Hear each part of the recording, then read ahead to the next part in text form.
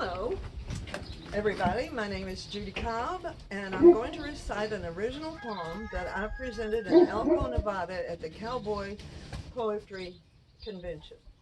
It happens every January when the cowboys don't have anything to do except hide from the snow and write poetry. They have an amateur contest at this time, and I participated. And here's the poem. And the poem is titled The Dark Red Shaft, or A Cowgirl's Way. It starts. About 1,000,000 years ago, when I was young and buff, I had a soiled quarter colt I thought was pretty tough. His daddy was old Three Bars, his mom Clint Higgins double bred, about the nicest big old colt that I'd ever led. I figured at the Congress we'd be pretty hard to beat, and those old boys and all their dough, they'd have to take a seat. So I hauled out to Ohio, and I found myself a stall, and I went out to look around, found a huge equine sales mall. There was every sort of fancy gear with leather dripping silver and grooming clips and odd-shaped bits that would make a sane horse quiver. What really caught my eye, though, and I should have turned away, was a dark red pair of shafts hanging on display. Now, I was about as broke as any gal could be. Spent my last dollar on my high-horse victory. I tried to walk away. They just called me back, and before I knew what I'd done, I'd pulled them off the rack.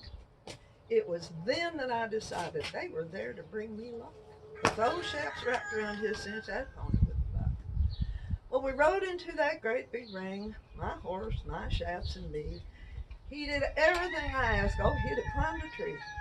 But judges, well, they're fickle, and so is fickle fate, and we'd only pulled a seventh by the time we made the gate.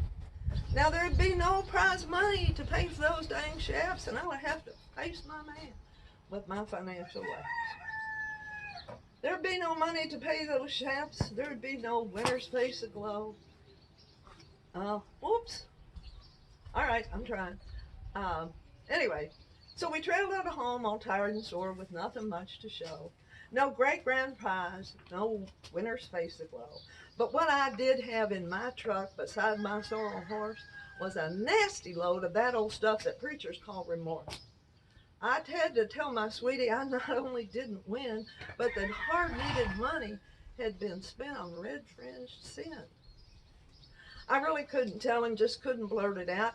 Then I came up with a plan to turn it all about. I donned my shafts so quietly, I thought they looked real cute. You see, I'd put them over my shiny birthday suit.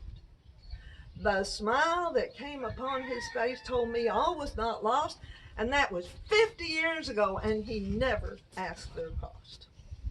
The I left out a line or two, but Thank you, Judy.